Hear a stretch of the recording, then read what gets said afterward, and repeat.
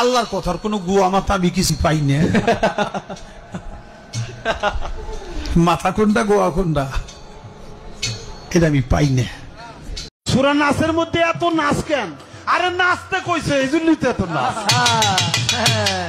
কুল আউযু বিরাব্বিন নাস, মালিকিনুন নাস, ইলাহিনুন নাস, হ্যাঁ, মিন শাররিল ওয়াসওয়াসিল খান্নাস, আল্লাযী ফি সুদুরিন নাস, মিনাল জিন্নাতি ওয়ান নাস।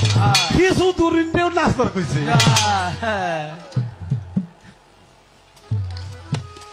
বাবা অবাক পাপ। 3 শ্রেণীর মানুষকে হত্যা করতে হয়। 2 শ্রেণীর মানুষের বাঁচার পথ আছে, 1 শ্রেণীর মানুষের বাঁচার পথ নেই। 3 শ্রেণীর মানুষকে হত্যা করতে হয়। 1, কেউ যদি বলে আমি কোরআন মাজিদ মানি না, তাহলে তাকে হত্যা করতে হবে এই জন্য যে এখন মুরতাদ, ধর্ম ত্যাগ করেছে। তো এখন তাকে ফাঁসির মঞ্চে নিয়ে যাওয়া হয়েছে, এখন ফাঁসি হবে। তখনও বলছে আমার ভুল হয়েছে, আমার ভুল হয়েছে। কোরআন আল্লাহর যে বিধান, আল্লাহর দেওয়া একটা কালাম আমি মেনে নিলাম, তার ফাঁসি আর হবে না, তাকে নামিয়ে নিতে হবে। তার পাপ ছিল, তাকে হত্যা করতে হবে। কিন্তু তার স্বীকৃতিতে কি হলো? ও বেঁচে গেল। 2, আপনি যদি আমাকে হত্যা করেন তাহলে আমার বাপ মা আপনাকে হত্যা করে নেবে, তার নাম কেসাস। আপনি যদি আমাকে হত্যা করেন তাহলে আমার বাপ মা আপনাকে হত্যা করে নেবে, এটা হলো নাম কেসাস। এখন আপনাকে ফাঁসির মঞ্চে নিয়ে যাওয়া হয়েছে, ফাঁসি হবে। আমার বাপ মা দৌড়াদৌড়ি ছোট ছোট করে বলছেন না না আমার মাফ করে দিলাম, আমার মাফ করে দিলাম, আমরা কেসাস নিব না, আমরা কেসাস নিব না। তাহলে আপনার আর ফাঁসি হবে না। কিন্তু অপরাধ ছিল ফাঁসি হওয়ার, মাফ করে দেওয়ার কারণে আর ফাঁসি হলো না।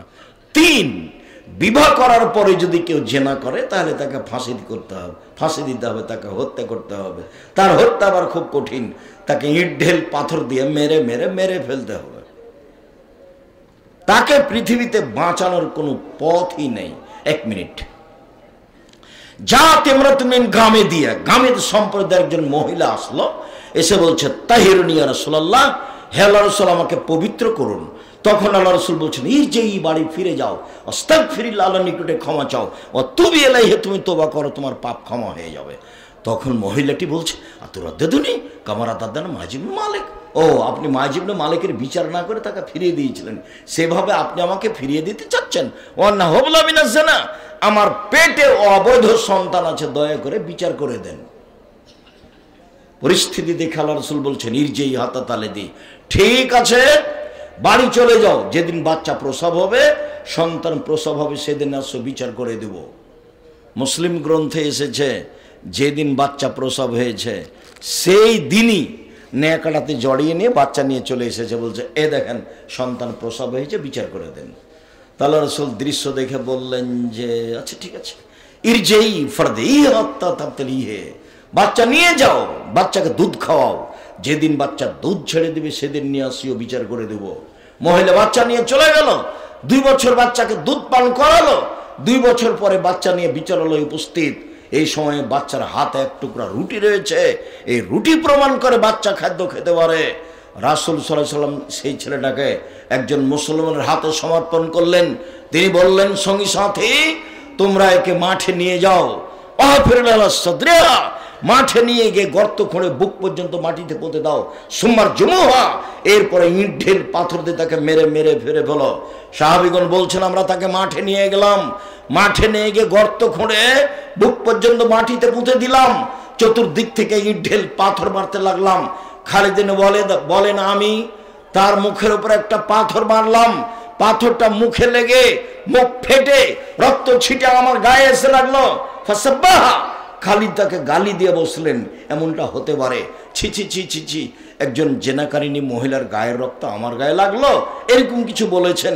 তখন আল্লাহ রাসূল বললেন মাহলেন খালিদ, খালিদ থামো, তুমি একে গালি দিও না, লাগা তাওবা তাওবাতাল্লাহ তাওবা সাইয়্যিদুল গফিরালাহু।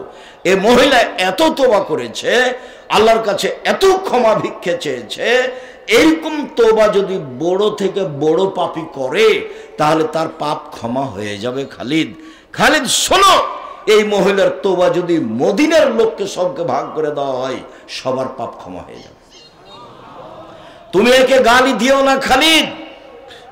সম্মানিত দিনী ভাই বোন, আল্লাহ রাসূল তার জানাজা করলেন, কাফন দাফন করলেন, ঘোষণা দিলেন তার পাপ ক্ষমা হয়ে গেছে।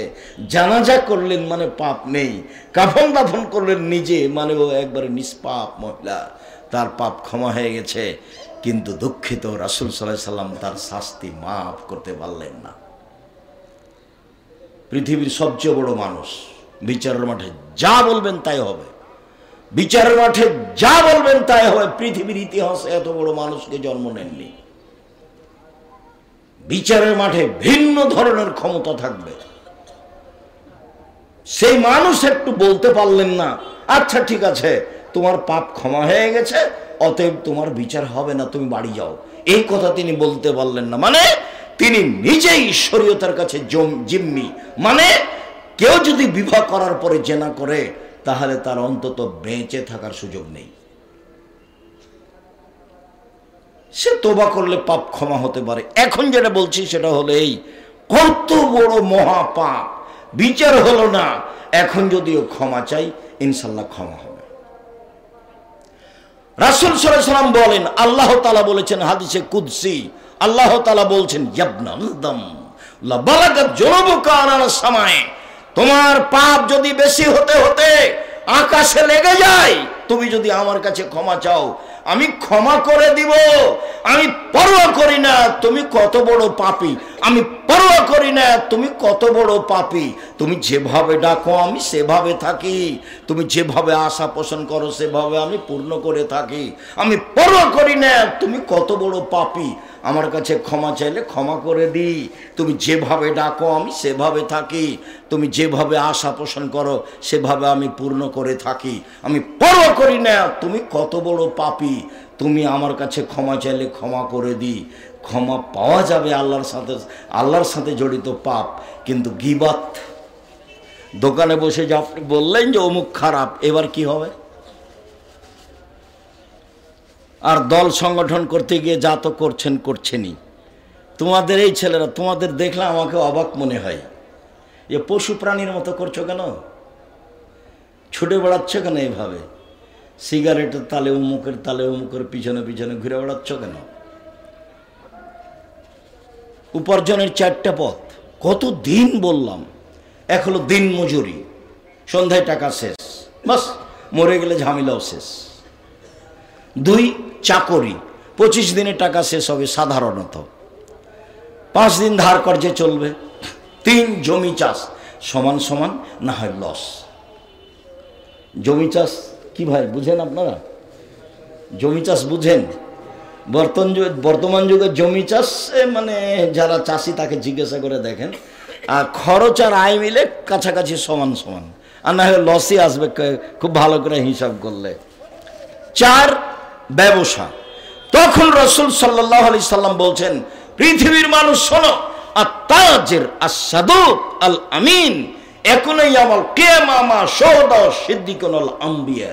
বিচারের মাঠে সত্যবাদী বিশ্বস্ত ব্যবসায়ীরা নবীদের সাথে সিদ্দিক শোহদাদের সাথে থাকবেন।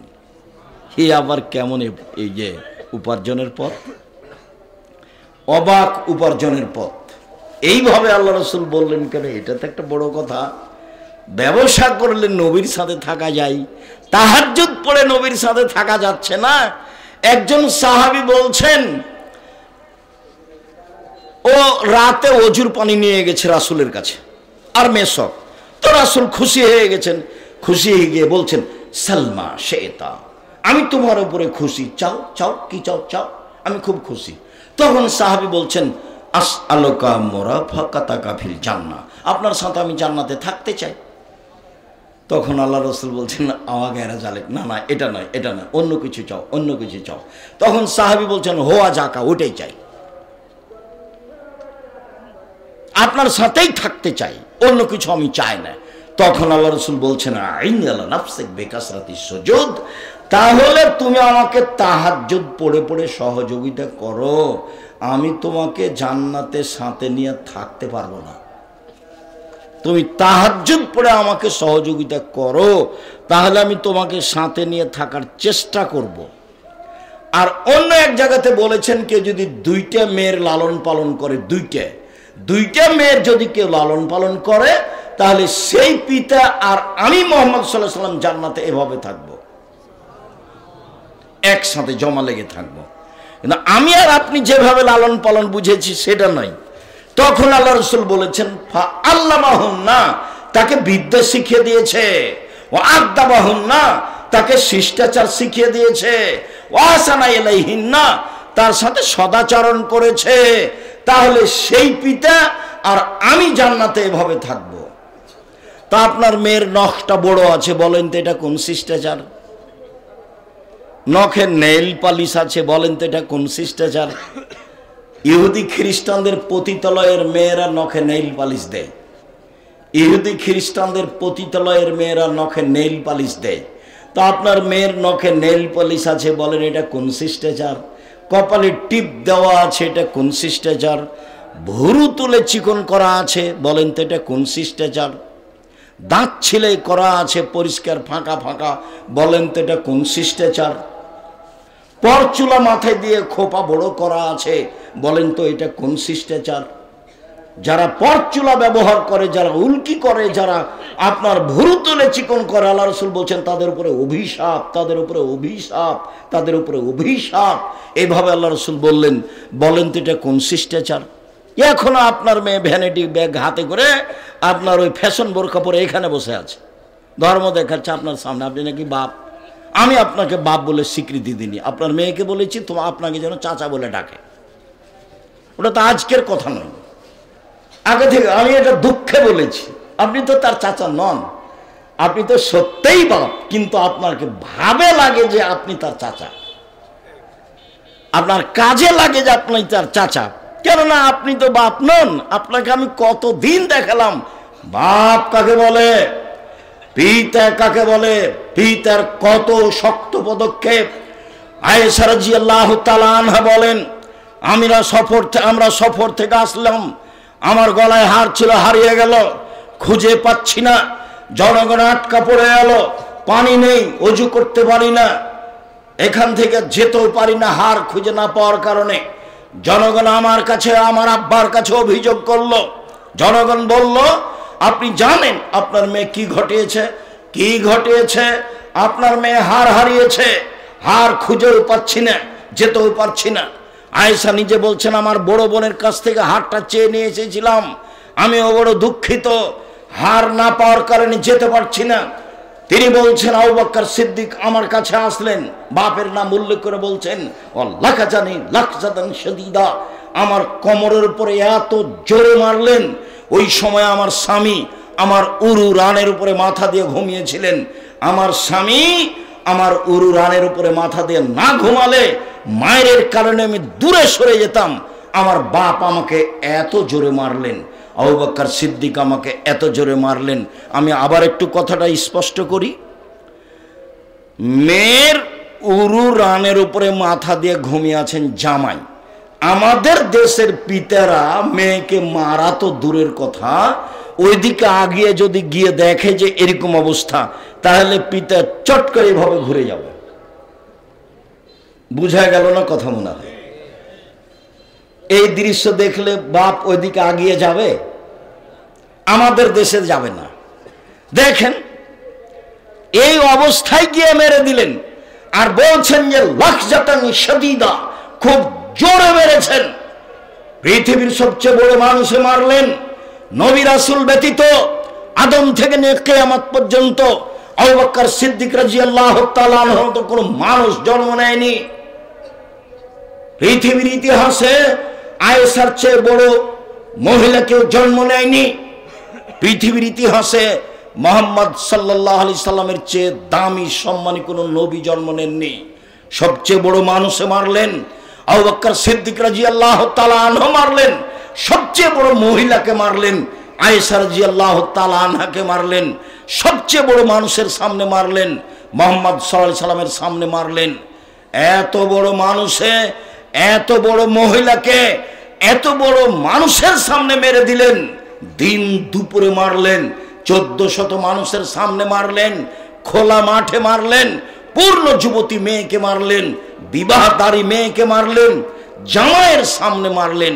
পৃথিবীর সবচেয়ে বড় মানুষে মারলেন, পৃথিবীর সবচেয়ে বড় মহিলাকে মারলেন, পৃথিবীর সবচেয়ে বড় মানুষের সামনে মারলেন, হাত দিয়ে মারলেন, জামাইয়ের সামনে মারলেন, পূর্ণ যুবতী মেয়েকে মারলেন, বিবাহদারী মেয়েকে মারলেন, খোলা মাঠে মারলেন, প্রায় 1400 মানুষের সামনে মারলেন।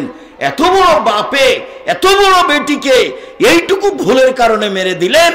আর আপনার মেয়ে ক্লাস 10-এ পড়ে, ইন্টার পাস করেছে, নখ বড় করে নখে নেল পালিশ দিয়ে ঘুরে, আপনি আপনার কিছুই বলেন না, আপনি আবার বাপ। ছি, আপনার মতো বাপ বেঁচে থাকা আমি চাইনি।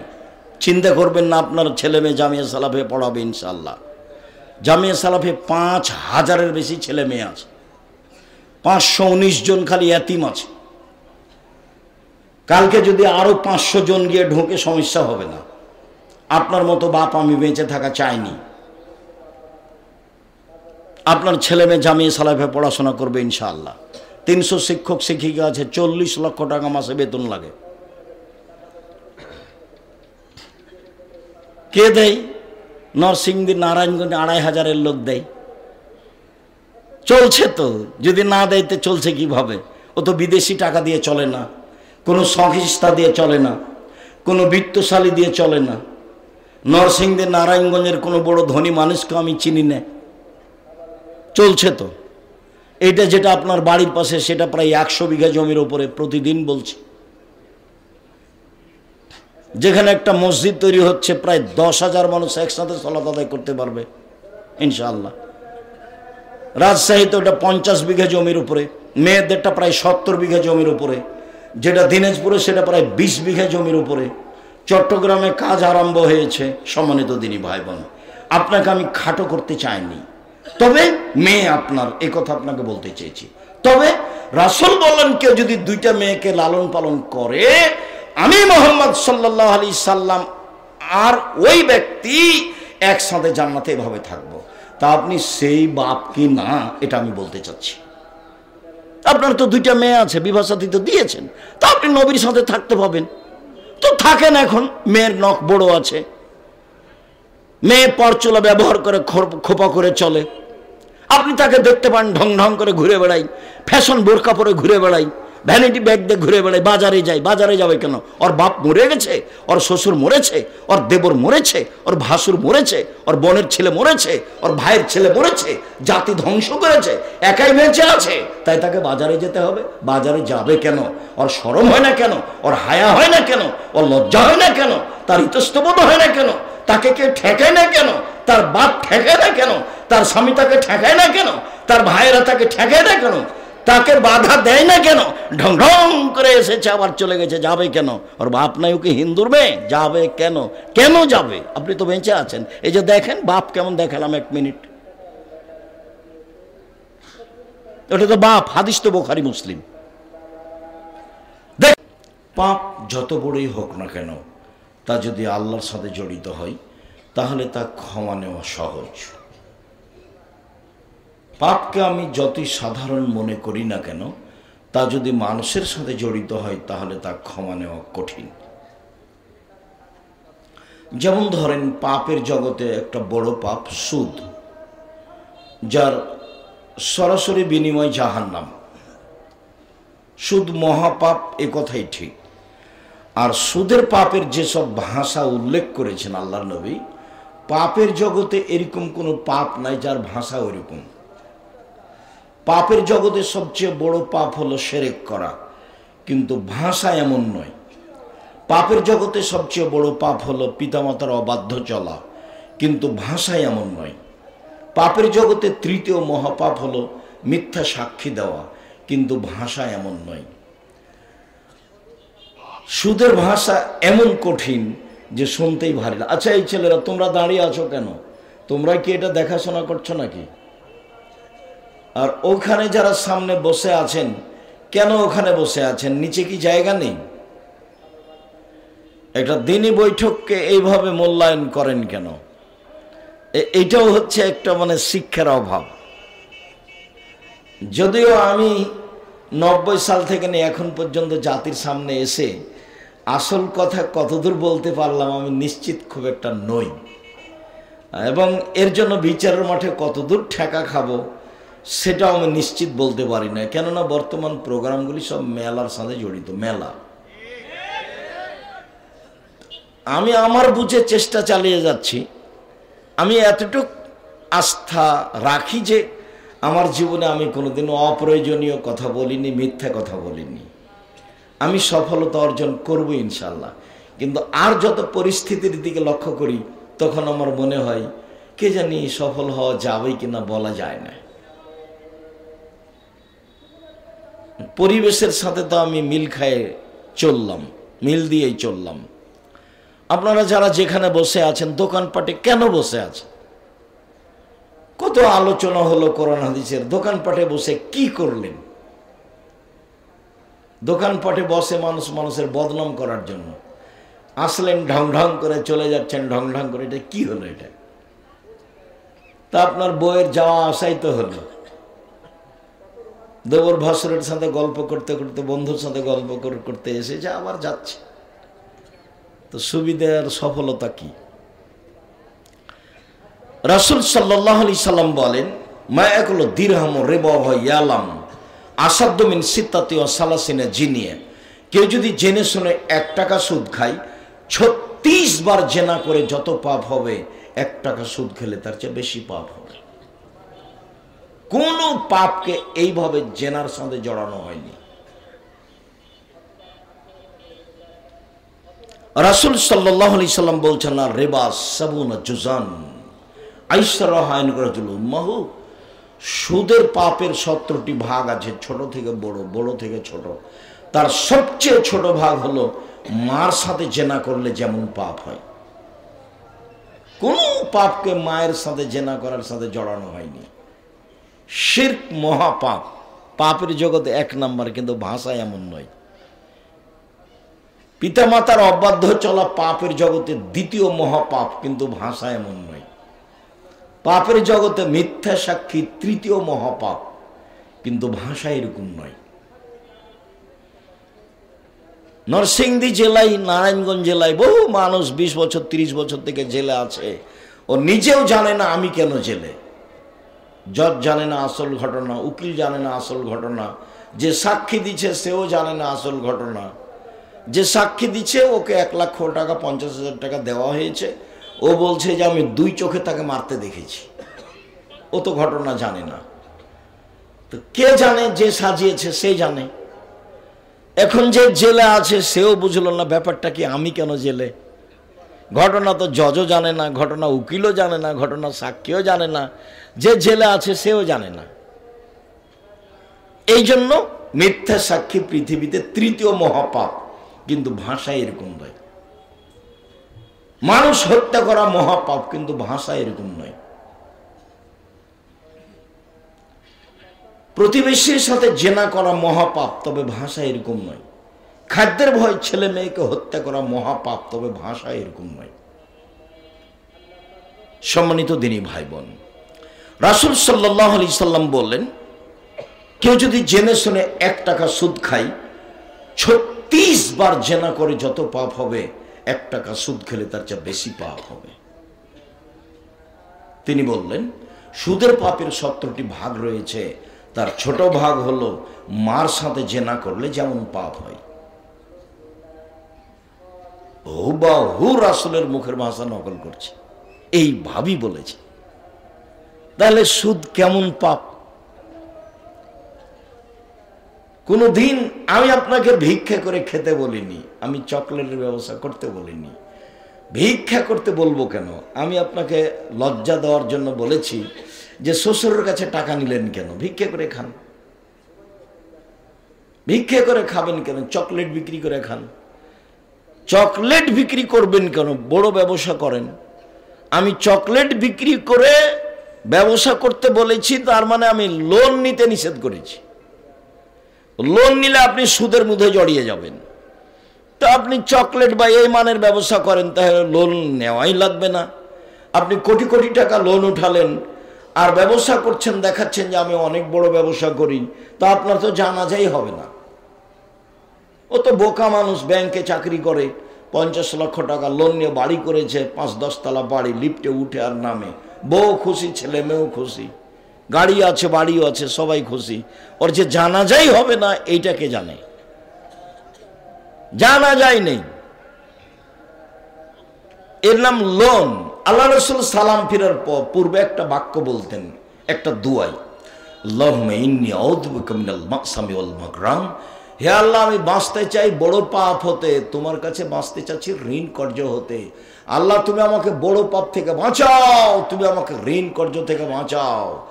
দিন রাত রাসূল সাল্লাল্লাহু আলাইহি সাল্লাম ঋণ কর্য থেকে বাঁচতে চাইতেন। আপনি সেখানে ব্যাংক থেকে টাকা উঠিয়ে এইভাবে ব্যবসা করতে গেলেন, আপনি কি দিয়ে বুঝলেন যে আমি ভালো পথে আছি? আপনার তো জানাজাই হবে না। মূল কথাই ফিরে যায়, মহাপাপ সুদ, এ কথাই ঠিক। সুদের ভাষা কঠিন, এ কথাই ঠিক। কোটি কোটি টাকা সুদ খেয়েছেন, আজকে বলছেন আল্লাহ আমার ভুল হয়ে গেছে, আমি সুদের লেনদেন বন্ধ করলাম, তুমি আমাকে মাফ করো, ইনশাল্লাহ আল্লাহ আপনাকে ক্ষমা করে দেবেন। তার ক্ষমার অভাব নেই, আপনাকে ক্ষমা করে দিবেন। দোকানে বসে আপনি বলেছেন যে ওই চেয়ারম্যান খারাপ, এখন আপনি আল্লাহর কাছে ক্ষমা চান দেখি। কোনো একদিন যদি আল্লাহ ক্ষমা করে দেন তাহলে আল্লাহ হবেন অত্যাচারী, আল্লাহ এই পাপ ক্ষমা করবেন না। যার বদনাম করেছেন তার হাত ধরে ক্ষমা নিতে হবে, ও যদি করে হলো, না হলে বিচারের মাঠে নেকি দিয়ে দিতে হবে, অবাক বিচার। ও ক্ষমা না করলে বিচার কিভাবে হবে? বিচারের মাঠে আপনার নেকি নিয়ে নিবে, যদি আপনার নেকি না থাকে তাহলে কি হবে? ওর পাপ আপনাকে নিতে হবে। বোঝা গেল না? বিচারের মাঠে আমি ওর কাছে ক্ষমা নিলাম না, তো দুনিয়া থেকে চলে গেলাম, বিচার কিভাবে হবে? আমার নেকি তাকে দিয়ে দিতে হবে, তো আমার নেকি নেই যে, ওর পাপ আমার উপরে চাপানো হবে, এইটাই বিচার। হাদিস বুখারী মুসলিম। জেনা মহাপাপ, অবশ্যই মহাপাপ। রাসূল সাল্লাল্লাহু আলাইহি সাল্লাম বলেন, আল বিকরু বিল বিকরি জিলদু মিয়া তাগরিবু সানা। অবিবাহিত ছেলে মেয়ে যদি জেনা করে তাহলে তাকে 100 লাঠি পিটিয়ে 1 বছরের জন্য এলাকা থেকে তাড়িয়ে দিতে হবে। তিনি বলেন, আসাইবু বিসাইবুর রাজম।